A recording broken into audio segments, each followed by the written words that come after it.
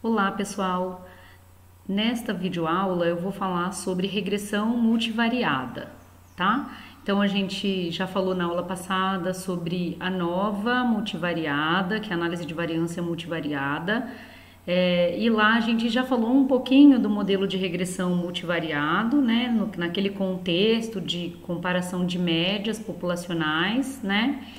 E agora a gente vai falar um pouquinho de regressão, considerando que você tem um número P de covariáveis e eventualmente você tem M variáveis resposta, tá? Então, eu vou fazer uma pequena introdução aqui em um modelo de regressão linear múltipla, no caso univariado. Então, é importante que a gente já estabeleça qual que é a diferença entre modelo de regressão linear múltipla e modelo de regressão multivariada, né?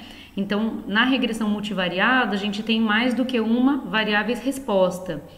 E em regressão múltipla, que é aquela que a gente vê comumente em disciplinas de modelagem, né, de modelos de regressão, a gente tem então uma variável resposta e P covariáveis, tá? É importante dizer aqui que o modelo de regressão multivariada, como o modelo de regressão linear simples ou linear múltipla, eles podem ser consideradas técnicas de aprendizado supervisionado, tá? Mas a gente não vai entrar nesse contexto ainda, então a gente vai retomá-lo na frente, quando eu falar um pouquinho mais de aprendizado de máquina, daí a gente vai falar sobre essas diferenças de aprendizado supervisionado, aprendizado não supervisionado, e aí eu vou citar de novo lá um modelo de regressão como técnica de aprendizado supervisionado. Tá? Nesse curso, a gente foca mais em análise multivariada, né, inferência, estatística multivariada e aprendizado não supervisionado, tá? Mas claro que a gente tem que passar aqui por algumas técnicas de aprendizado supervisionado também, tá? Esse material é baseado no livro do Johnson e Wickern, tá? Applied Multivariate Statistical Analysis. E aí a gente começa com um exemplo bem comum, né, que a gente vê bastante nos cursos, que é o problema de modelar o valor de mercado de uma casa utilizando variáveis explicativas como a área, a localização, o valor da casa no ano anterior, a qualidade da construção, tá?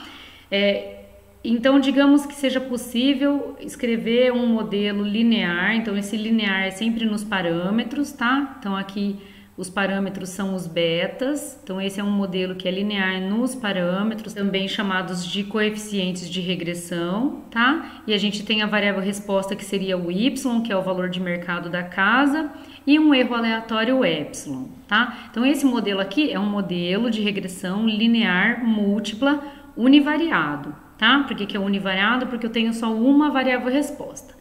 Tá? Então aqui as variáveis explicativas são os z's, né? Z1, Z2, Z3, Z4.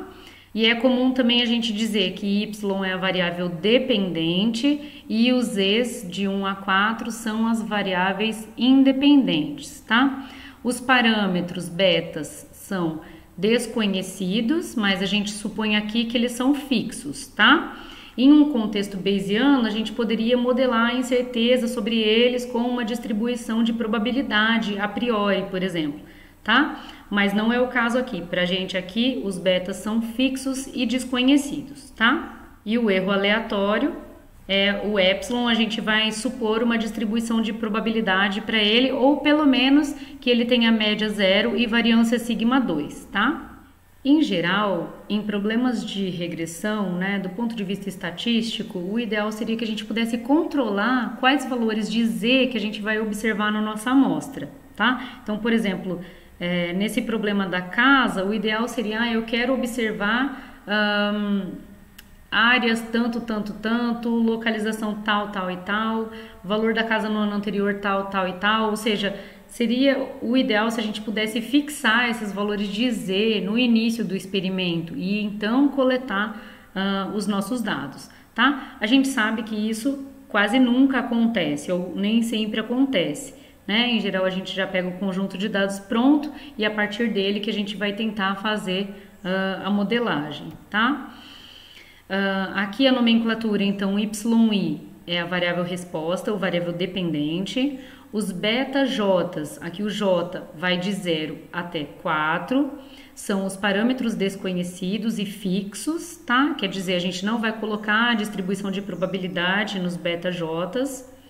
Z, J e I são as variáveis explicativas, ou covariáveis, ou variáveis independentes, tá? São as variáveis que a gente vai usar para predizer o Y, tá? E epsilon I seria o erro aleatório, para o qual a gente vai fazer alguma suposição, né?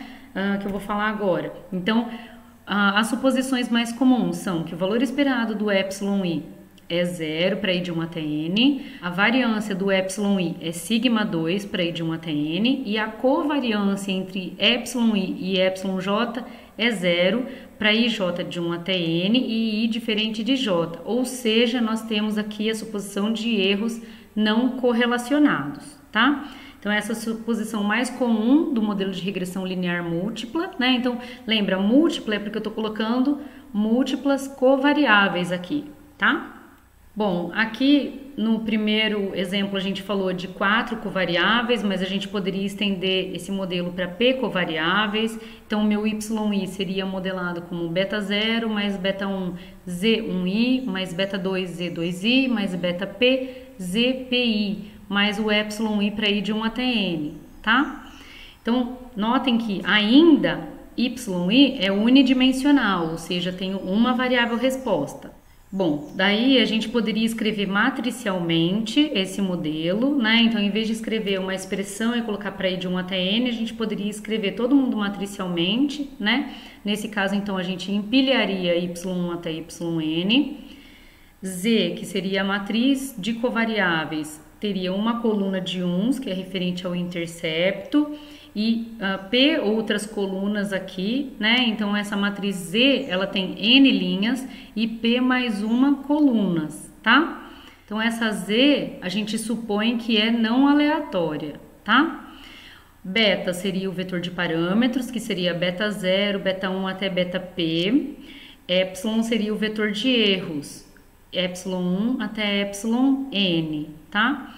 Ou seja, a gente conseguiria escrever esse modelo como um y vetor igual a z vezes beta mais o epsilon, tá? Notem que o z aqui, ó, não tem o tio embaixo, porque ela é uma matriz e os outros elementos são vetores, tá? Então, esse é um modelo de regressão linear múltipla, só que escrito matricialmente. Nesse modelo, y igual a z, beta mais epsilon, a gente faz uma suposição para o epsilon, só que agora o epsilon é um vetor. Então, a suposição que é equivalente àquela suposição que a gente tinha antes é que o valor esperado do vetor epsilon é 0 e a variância do vetor epsilon é sigma 2 identidade.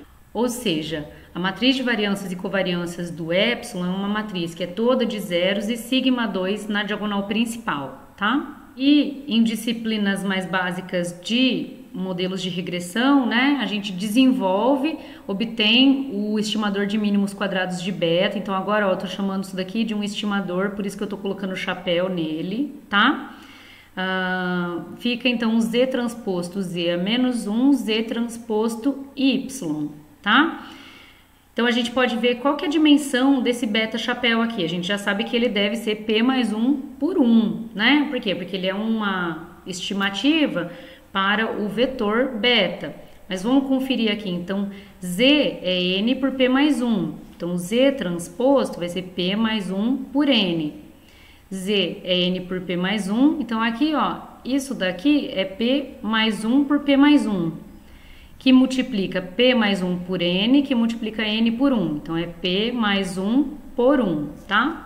Bom, então agora a gente entra no modelo de regressão linear multivariado, tá? Então, considere que para cada indivíduo, além das P covariáveis, a gente vai observar M variáveis respostas. Então, se cada variável resposta tem uma relação linear nos parâmetros, né, com as P covariáveis, então a gente poderia escrever M equações aqui, cada uma delas um modelo de regressão linear múltipla, tá? Então, o Y1 seria um beta, que seria o beta 0, né? Só que agora vai entrar mais um índice aqui, que é referente à equação que eu estou. Então, o Y1 vai ser beta 01, mais beta 1 Z1, mais beta 21 Z2, e assim por diante, até beta P1 ZP, mais o Y1, tá? Notem que ainda não entrou o índice das observações, das N observações que eu vou coletar, tá? Então, além desses índices, vai entrar um terceiro índice que indica a observação, tá? Então, segue dessa forma até YM, que seria beta 0M, ou seja, é o mésimo intercepto aqui, que é referente à mésima variável resposta, tá? Mais beta 1M Z1 até beta PMZP, mais um YM, tá? Então, aqui, ó, veja bem, a gente tem, para cada equação, a gente tem P mais um coeficientes ou parâmetros para estimar, tá? Multiplica isso por M equações. Então, a gente teria M vezes P mais um parâmetros para estimar nesse caso, tá? Daí, então, para cada um dos N indivíduos, a gente vai observar as P covariáveis e as M variáveis resposta. Bom, daí a gente pode seguir da mesma forma que a gente fez anteriormente. O que vai mudar? Então, eu vou escrever um modelo da mesma forma, só que agora o Y não vai mais ser um vetor, vai ser uma matriz, tá? Vai ter uma matriz que tem dimensão N, então N linhas, por M colunas, tá? Como que ficaria isso em um conjunto de dados? A gente teria N linhas e daí a gente tem M colunas de variáveis resposta. Bom, e para Z? Para Z não vai mudar nada, tá? Porque a gente vai ter N linhas e a gente vai ter as mesmas P covariáveis, tá? Só que como tem uma coluna do intercepto, né? Então o Z continua tendo dimensão N por P mais 1, tá? E o beta? O beta antes era um vetor de parâmetros que a gente queria estimar, ele tinha dimensão P mais 1 por 1.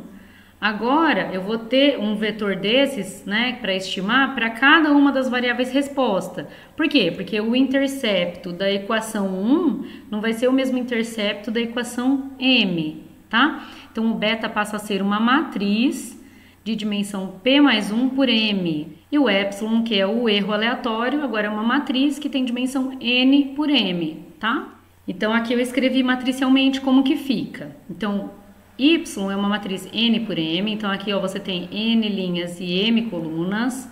Z é igual, né, no caso anterior. O beta era um vetor, agora vira uma matriz. E o epsilon era um vetor, agora vira uma matriz, tá? O que acontece? A gente estudou vetores aleatórios e distribuições multivariadas para vetores aleatórios, né? Então, o epsilon é uma matriz, né? E ela é uma matriz de vetores aleatórios, mas a gente estudou a distribuição de probabilidade de vetores aleatórios, tá? Só que o que eu tenho aqui? Então, em cada linha, eu tenho um vetor transposto de erros que seria referente a um indivíduo, a um dos N indivíduos, né? E a gente supõe, em geral, né, que observações tomadas em indivíduos diferentes são independentes, tá? Então, a gente vai reescrever essa matriz aqui como uma matriz de vetores, né? Então, eu vou pegar cada vetor esse daqui, vou transpor e vou colocar aqui em uma coluna, né, para ficar o vetorzinho, coluna do jeito que a gente está acostumado, só que daí eu vou ter que transpor para voltar nessa que é a original, tá? Então, aqui eu fico com epsilon de 1, seria o epsilon referente ao indivíduo 1, até epsilon de n seria o vetor de erros, né, que está nessa nésima linha aqui, que é referente ao nésimo indivíduo, tá? A gente consegue escrever um modelo de regressão linear multivariado também dessa forma elegante, né, de um modelo linear, y igual a z beta mais epsilon, tomando cuidado, né, que y é uma matriz, o z continua sendo uma matriz, beta é uma matriz de parâmetros e epsilon é uma matriz de erros aleatórios agora, tá? As suposições são, então, para o epsilon, subíndice entre parênteses i, que seria referente ao iésimo indivíduo, o valor esperado de epsilon i é 0.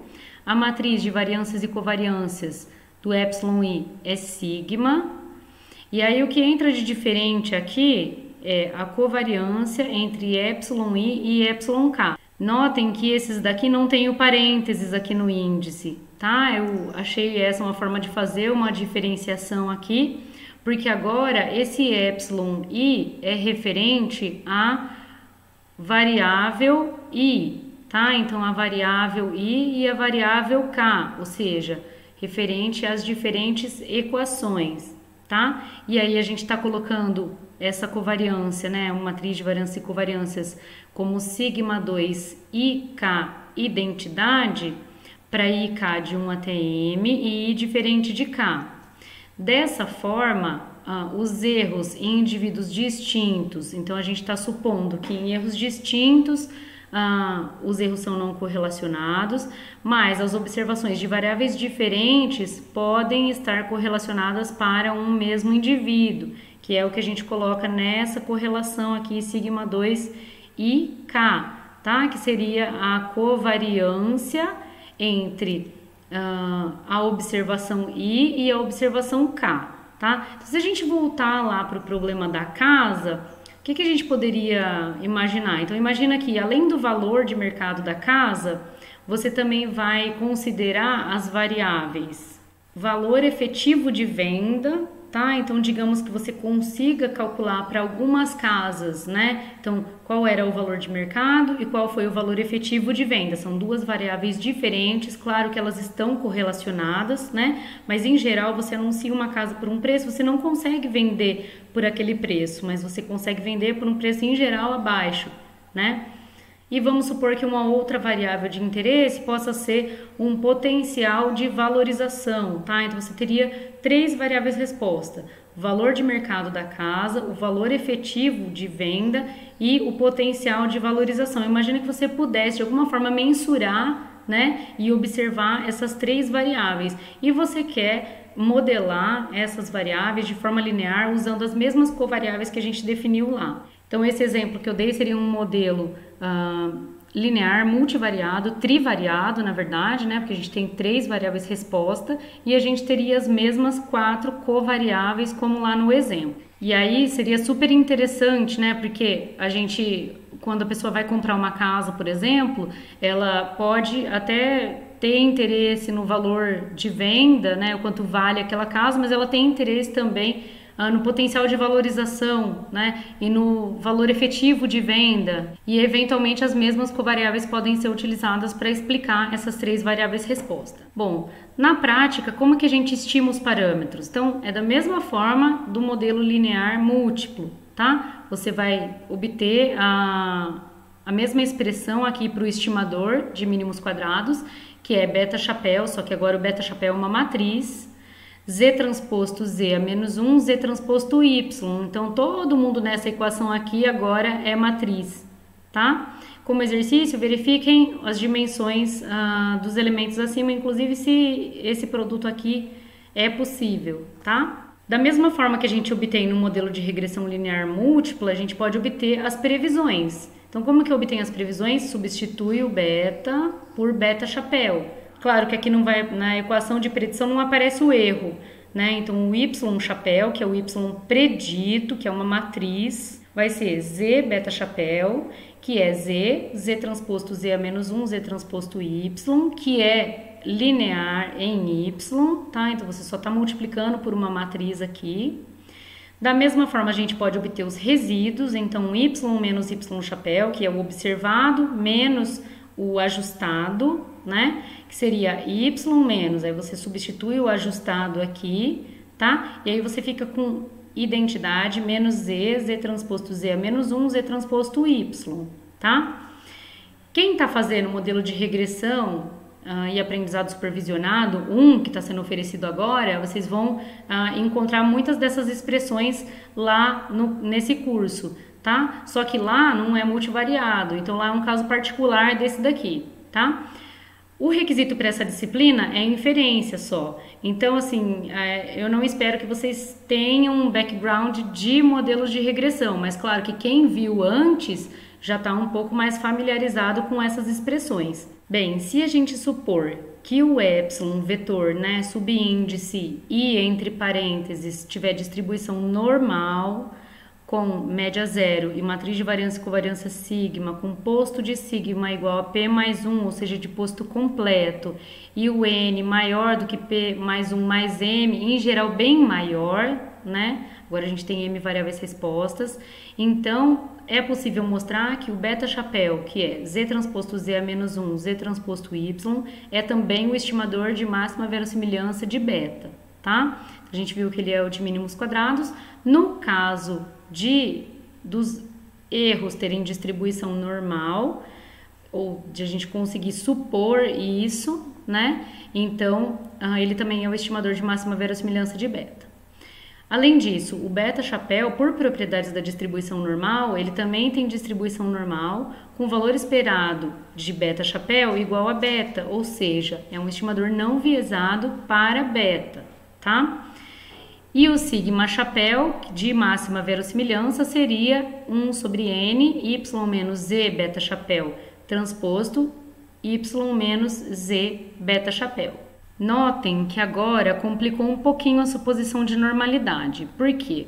Porque esse erro aqui, ele é o erro fixadas as covariáveis em valores específicos. Então, no modelo de ANOVA, a gente não falou sobre isso, porque lá a gente só tinha grupos, né? Então, a gente disse que eu precisava da suposição de normalidade geral e, na verdade, especificamente para os grupos, tá? Só que aqui seria dado valores específicos de Z1, Z2, Z3 até ZP.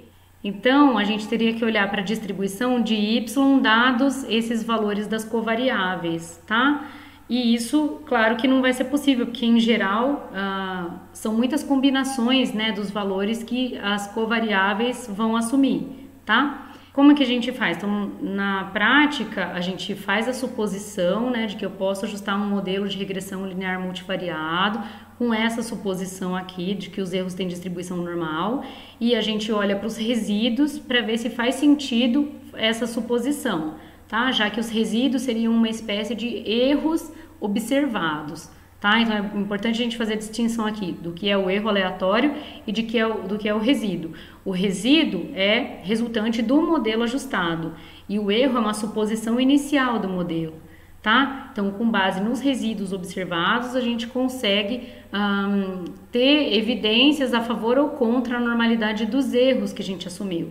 Só que como a expressão aqui para o estimador de máxima verossimilhança, no caso normal, é o mesmo do estimador de mínimos quadrados, então a gente não deve se preocupar muito com essa suposição. Se não tiver a normalidade, a gente ainda consegue obter o estimador de mínimos quadrados de beta. Bem, a gente também poderia, para analisar a significância da regressão, considerar aqui uma tabela nova usando somas de quadrados e produtos cruzados total, predito e do resíduo, tá? Mas a gente não vai entrar em muitos detalhes aqui, a gente vai usar o resultado mesmo do software. Bem, para analisar a significância da regressão multivariada, a gente pode construir uma tabela nova semelhante à que a gente fez na aula passada, tá? Só que agora, como eu tenho um modelo de regressão com covariáveis, então eu teria somas de quadrados e produtos cruzados total, predito e do resíduo. Tá? Então a gente não vai entrar em grandes desenvolvimentos aqui, eu só vou fazer uma continha aqui para as somas de quadrados e produtos cruzados do resíduo, né? É bastante semelhante a que vocês veem lá em modelos de regressão, o curso mais básico, tá? Então eu teria epsilon chapéu transposto, epsilon chapéu, né? A soma de quadrados e produtos cruzados do resíduo, que pode ser escrito como y transposto y menos y chapéu transposto y chapéu. A gente pode substituir o y chapéu, né? Eu fico então com y transposto y menos beta chapéu transposto x beta chapéu. A gente pode substituir o beta chapéu aqui, tá? E aí a gente obtém y transposto i menos h y, tá? Aqui a gente não vai entrar em muitos detalhes e vocês vão ver que na aplicação, então no software, na prática, o que é feito? São feitos M modelos de regressão linear múltipla, tá? Bem, eu vou fazer um exemplinho aqui numérico, que é o exercício 7.26 do Johnson Wicker. Deseja-se explicar a resistência de alguns tipos de fibra de celulose. Daí, em um experimento, foram obtidas 62 medidas de fibra de celulose e papel. Os dados eles estão disponíveis na library Robust Base do R sob o nome de Pulp Fiber. E as variáveis são, então notem que nesse problema a gente tem 4 variáveis respostas e 4 covariáveis. Então Y1 é o comprimento na quebra, o Y2 é o módulo de elasticidade, o Y3 é o estresse na falha e o Y4 é a resistência à quebra. Então notem que essas variáveis aqui, ó, são as variáveis observadas no momento, né, da falha ou da quebra. Ou seja, são várias variáveis aqui, resposta, tá? Então, em geral, você quer aumentar a resistência à quebra, né? Você quer entender como que é o comprimento no momento de quebra da fibra, tá? E as covariáveis são, então, o comprimento da fibra, a fração de fibra grossa, a fração de fibra fina e a extensão à tração nula. Então, essas covariáveis aqui são covariáveis que, eventualmente, o produtor consegue controlar, tá? Então, ele consegue aumentar a fração de fibra grossa ou diminuir a fração de fibra fina, ou ele consegue estudar a extensão, né, quando você tem tração nula daquela fibra, tá? Então são covariáveis que teoricamente a gente conseguiria controlar, tá? Elas vão ser variáveis explicativas ou independentes e as Y são variáveis dependentes. Então, o que é o exercício? Ajuste modelos de regressão linear múltipla com cada variável resposta YI, realize uma análise de resíduos para cada um desses modelos, tá? Esse é o exercício 1. O exercício 2, ajuste um modelo de regressão linear multivariada para o vetor de respostas Y1, Y2, Y3 e Y4. Tá? Então a gente vai resolver esse exemplo numericamente no próximo vídeo.